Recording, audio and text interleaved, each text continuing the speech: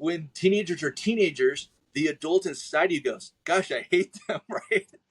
Not every ward even has a likable person. Some wards have no likable people. You talk about the importance of fasting. Even though if, you'll be in the middle of a sacrament meeting and you'll have to pull your mouth apart because it's so dry. So I want to ask you a couple questions, I guess clarifying questions. I think one of the things that has surprised me. So I'll tell you a story that'll lead into the question. I'm at university, right, and I'm taking classes, and we're talking about how we're going to teach. And there's this new style that they really pushed on us, and the style was basically to teach in such a way that the students are in their minds creating or encountering the math by themselves. And so the traditional method was I do, so I'm the teacher, right? I do, you do, we do, right? And that we're gonna flip this around and structure the conversation in the classroom such that it's you do, we do, then last I do. Like once we have you do it, then you present to the class, we have consensus, then I do it, right? And one of the things that which is a great model, by the way, super great model. That's how I did my student teaching for 4 months. Works super well, and it's a wild form of teaching because you're giving up control, you're giving up the sensation of control. Once you learn that it's a skill that can be learned as a teacher, that you can kind of guide and mold the class, you're really not giving up control at all, right? Right. But the kids have since their brain has the sensation that they're in control, that they are, or the origin of the math, and so they take high ownership. And anyways, it's great. One thing that cripples me is if you're a teacher who can sell it themselves and be authentic and be just like a wonderful person to be around, it kind of doesn't matter how you teach. Like the students just have super high buy-in. Yeah. And I've had a couple of teachers come to me that are like, I have students of yours who you're the best teacher they've ever had. They won't stop gushing about you, or like your scores on this, whatever. Like what is it that you do? And what they're really asking me is, what is this scientific thing, this researched thing? And like I have some tricks. Like I do a randomized seating chart every single class. Studies show, blah blah blah blah. I have whiteboards 360 around the room. Studies show, yada yada yada, right? Like I got a couple of tricks, but for the most part, it's like I'm highly invested. I'm a super likable person. I'm authentic. I am Trevor 100% of the time. And the students believe it and they know it right away. They feel it. I have incredibly high buy-in. Like, I don't know what to tell you. And so anyways, the story ties in. You just have to be a likable person. Which is hard because when teenagers are teenagers, the adult inside you goes, gosh, I hate them, right? Well, but it can, by the way. Sorry, I should rephrase that. It can do that. And there's a lot of teachers where like I will go in there, observe, and I'll be like, they don't like teenagers. Yeah. Like I'm watching somebody who's teaching at a high school and they don't instinctively like teenagers. Yeah. There's a guy that I know is retiring from teaching, I think this year, next year, and he's career high school teacher, coached the football team forever. And I was like, yeah, retiring. Like, what's up? Isn't it going to be hard leaving your class? He's like, no, I'm so excited. I freaking hate that. So I was like, what? Yeah. So where I wanted to tie that in is when you talked about structuring the curriculum or creating the curriculum in such a way that it sells them or convinces them to give attention, 100%. There are some really easy ways you can do that in a classroom. And you can even structure the curriculum, especially religious curriculum, which is so starkly different than anything that they're hearing in their life. The curriculum should by nature be something that's easy to like get teenagers to grab onto, because it should be, and it is shocking to them. Like it's like, what do you like everything that we teach, everything that we hold to, it's like, why the crap do we do it? There's nobody else around you that's doing this. Anyways, so I agree that there are some easy content, easy curriculum structures that could really make that seminary engaging. But I also think there's it wouldn't be hard to also, if you know what good teaching, good teachers look like, which you can learn in a 30-second conversation. I don't think it would be hard to like train leadership on like who to look for in their ward, like who should be seminary teachers. Because I feel like the reason I say it is I feel that on the teaching end, like as a high school teacher, I could talk to somebody, who comes from, we in the summer, we meet with like 400 math teachers. We have these meetings, we eat lunches together. You have all these like little 20-second conversations throughout the day with like, by the end of one day, 60 different teachers. And every time within the first like 10 seconds, I don't have to go in that person's classroom. Like you can feel whether they're sold on what they're doing. You can feel their personability.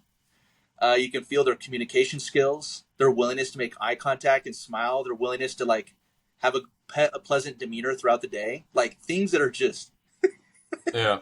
easily sellable to just a human. Like, man, I just like being around this person. Where do people who are likable, where do they end up? What career? Probably salesmen, huh? They probably mostly end up to be salesmen.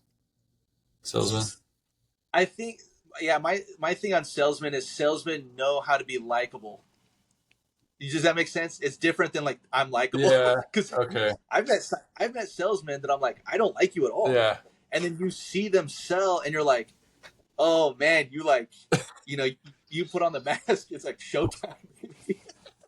Yeah. Touche. Touche. That's a good point.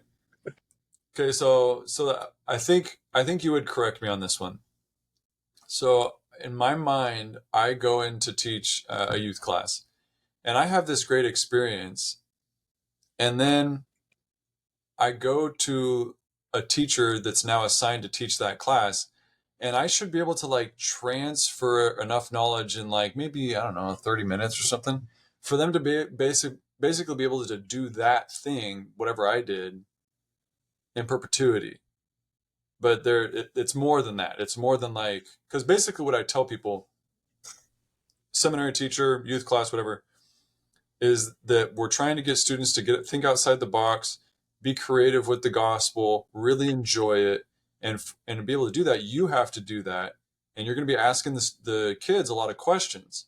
So kind of go down that path, and I feel like, okay, now they have the tools to be able to do this, but it's more than that. You're saying it's also got to be building trust with the kids, likability, engagement. Like it's not a 1, 2, 3. Like if you were to think of a ward, not every ward has a perfect seminary teacher that, not every ward even has a likable person. Some wards have no likable people. So in that situation, what's like the quick tip going into kind of a seminary type class? Oh, that is a good point, because even the comment that I made earlier about like I'm Trevor all the time. Like for some people, being themselves all the time might be like a wildly Oh negative yeah. thing. No, for me, it's exhausting. When you're talking about teachers, you're talking about someone choosing a career. When I'm talking about seminary, I'm talking about somebody being told to volunteer to teach an early morning class to teenagers. So the opportunity for someone to just be like, oh, now I'm going to be a likable person because I got called to do this thing is like zero. Yeah. Yes. Yeah. I would say that probably being likable is one of the most important things. What I would argue is that being likable is probably not what most people think it is. So when I tell most, like when most people hear like, oh, you need to be likable, they'd be like, oh, you need to be highly agreeable, you need to be like smiling all the time, like pleasant. It's like, no, you need to be like highly present. Like, have you ever been around somebody who's highly present? Like, man, that's a likable person, because that means they're with you. It feels like they're in the trenches with you. Like whatever you decide to show up with that day, a highly present person sees that you showed up differently and might bring it up. You know, they might see that you're struggling with this or that you asked a question incorrectly, but they're highly present. They go, I'm not entirely sure I understood your question, hold on. Can you just? Is there any way that you can say it a little bit differently for me? Like, boom, like just and you're not telling the other teacher like, when if you're not sure what the student said, you should say this. Yeah. Does that make sense? There's a lot of people that Yeah. go, that would say that, like, oh, the skill is when you don't truly, if you think a student didn't really ask a question, well, you should tell them to ask it differently. It's not about that. It's about how you even say that. And do you believe that you should give the student more seconds of your class to ask that? And if you deeply believe it's highly important for a student to articulate their thoughts, it's going to translate in your tone. Like, if you truly believe that the most important thing is for your students to be talking during class, then the students will feel the love that you have while they're talking. And so it's that, I think that's the kind of the problem that you encounter, which is like, why can't I not just transfer certain skills to certain teachers? And it's like, well, the skill is having uh, perfect beliefs about the things that you want to exist in your classroom. Yeah. Like, you can't, there's a lot of teachers where it's like, you should have more student engagement. And they're like, yeah, I probably should. It's like, okay, actually, now that you just responded that way, you should actually take a couple of days and figure out if you truly believe there should be more student engagement in your classroom. Yeah. Because if the answer is no, then let's go, then let's do what you actually truly believe, Yeah, because they say there should be more engagement, but there's not going to be because I don't want there to be. So Yeah. so Yeah. in the church, if you're kind of taking the church curriculum and trying to spin it up for this new generation, I think what you're talking about still applies, right? Engagement, being present, like that's what they will sell their attention to, is this person who says, I'm open. If you want to give me some of your attention, I have something valuable that I can give you. So they would be there for that. And I think that's something the church is starting to figure out. Like, they, in the training that they did, they kind of talked about that, but they just talked about it as a philosophy with no, in my opinion, no tools, like no 1, 2, 3. No, there wasn't very many examples, and there was zero that would translate to an online presence. So real quickly, everything you just said, is it safe to assume that it can still apply in an online teaching environment? Yes. And the reason that you hear me going down this road is, one, I believe that the accessibility should be a base. That accessibility does not mean you're going to have a good classroom. In the same way that, like, if you were not having a good seminary experience, it's not like watching it on Discord with an interactive chat is going to make it better, right? I'm not talking about whether it's at 6 a.m. right? Like, Right. if that was the only barrier to entry, then we saw that, right? But I think baseline, you have accessibility. Two, I think it's about maybe training leadership on who they're going to talk to about. Can we ask you to volunteer, right? Like, what does it mean to look for like a good teacher? And then probably three, if I was the church, do you remember? This might have been after your time. Do you ever watch the District 1 and District 2 videos that they put Oh, out from yeah. Michigan? Yeah. Okay, so they put out the District 1 videos, and then really quickly the church realized that the medium was good. Like, holy smokes, we're getting such great feedback that we have a video example of authentic non-scripted lessons. But then the church realized these lessons are terrible. Yeah. And so if I were them, I think for teachers, you could create something very easy, which is, and you don't have to do a full seminary lesson, but a moment in a lesson that went really well. And there's lots of really high quality moments that, on written down in a script, read terribly. The question wasn't asked very well.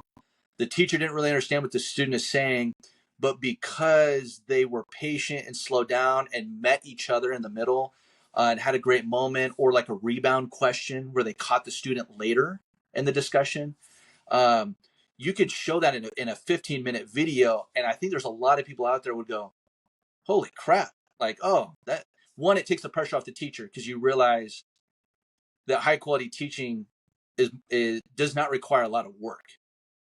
They're like, it's these moments, right? And then two, I think there's a lot of people out there who just haven't been in a teaching position, a talking position, a leading the meeting discussion where they're at the front.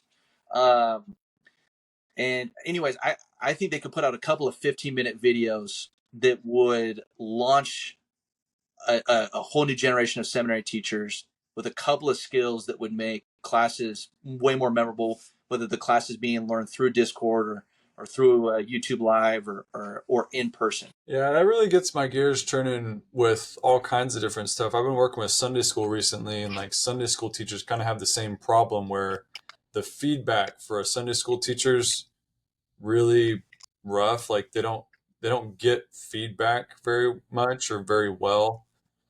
And if you just had like little snippets of videos, again, it's online presence and accessibility, right? Like if any teacher could watch a 15-minute video each week just showing an example, like that's huge. That's an hour a month.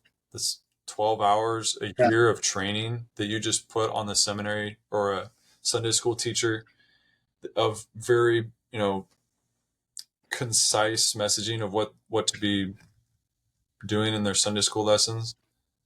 Yeah, that's interesting. Okay, so then seminary could have the same thing where it's short examples of training bits for seminary. Yeah, I mean, it would be super fun to see the church do that. I don't know that I'm super confident that the church would necessarily go that direction because I Yeah. think I think they're kind of I, hit and miss with I that stuff. I do think they would go. I don't not maybe not specifically about seminary or institute, but I mean the church's willingness to do it with missionaries, and that the church immediately correct it. Like if anyone who knows anything about teaching watches District 1 knows that those were objectively bad lessons that they recorded and promoted as good lessons. But then the church quickly fixed that. And then there was a what's the curriculum that the church launched for teachers? It's just a like a manual that, Teaching in the Savior's way. yeah, even stuff like that, like the scaffolding. That's but the big teacher word right there. The scaffolding is there. Um, but the problem is, you're right. It's in one medium. It's a book, right?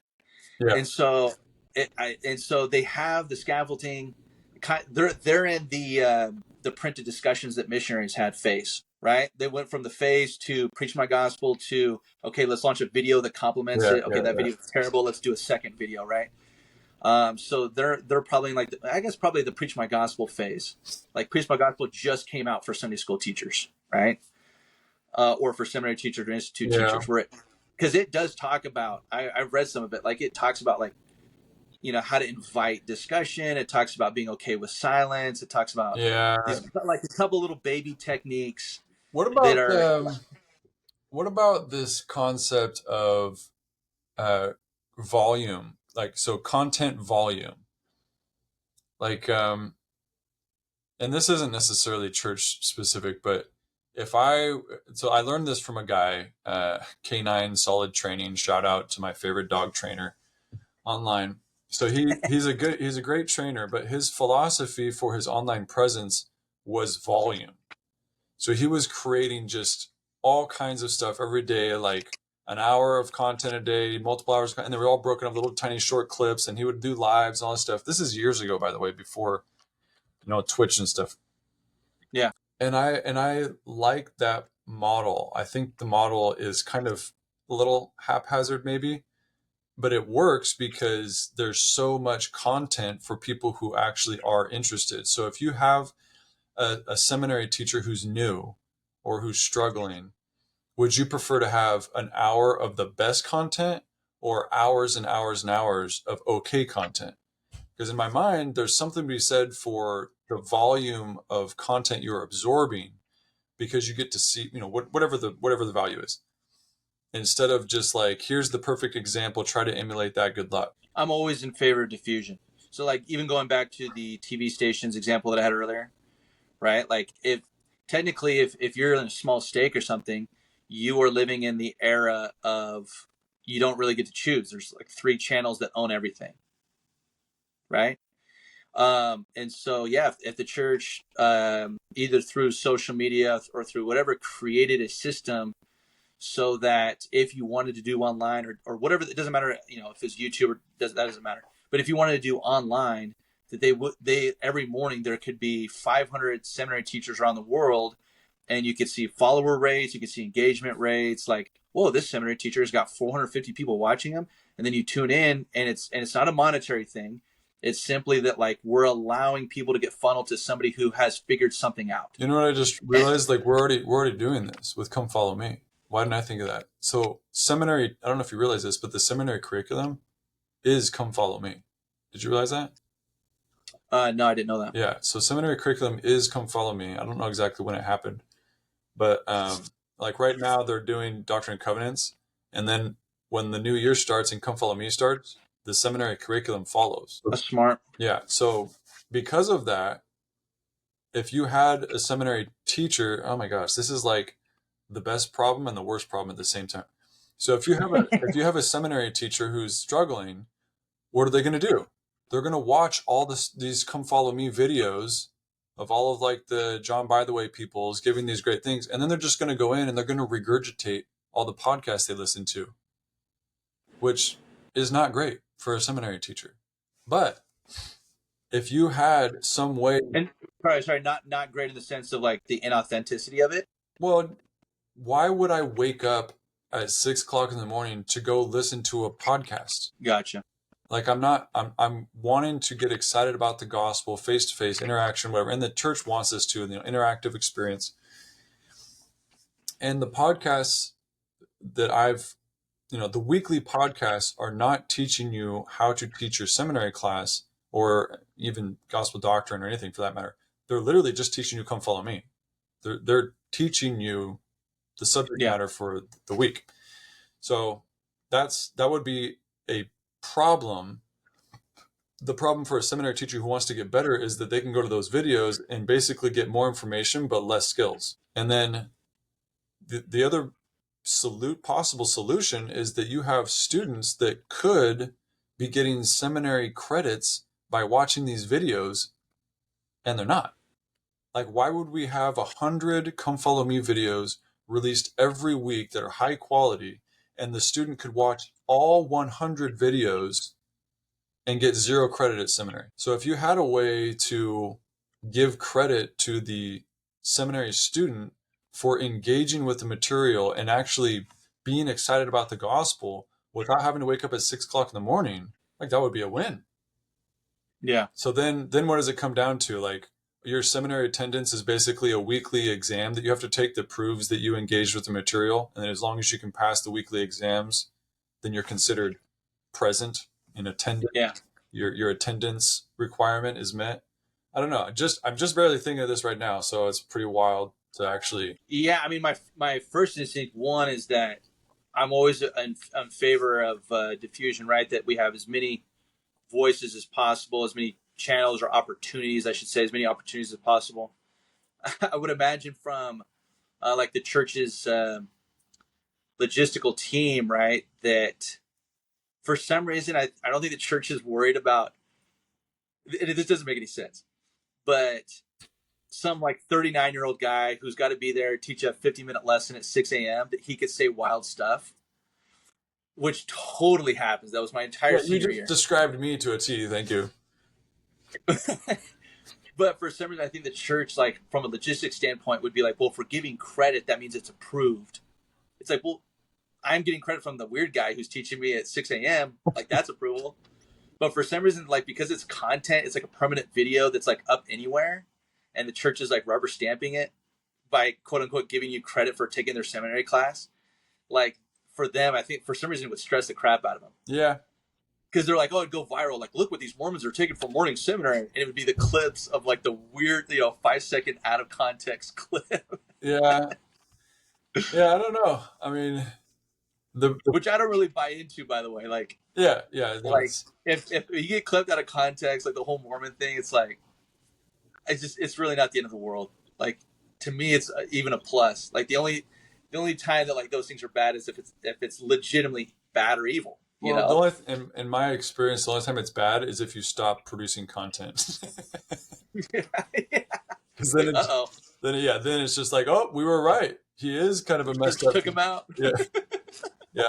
That's wild to think about. That the church could figure that out, and that this whole seminary program could get revolutionized real quick which is kind of where, all education's at right now with AI and online and universities taking a crap. It's just kind of interesting to see how it's all happening at the same time. It's fascinating to think about teaching as a skill.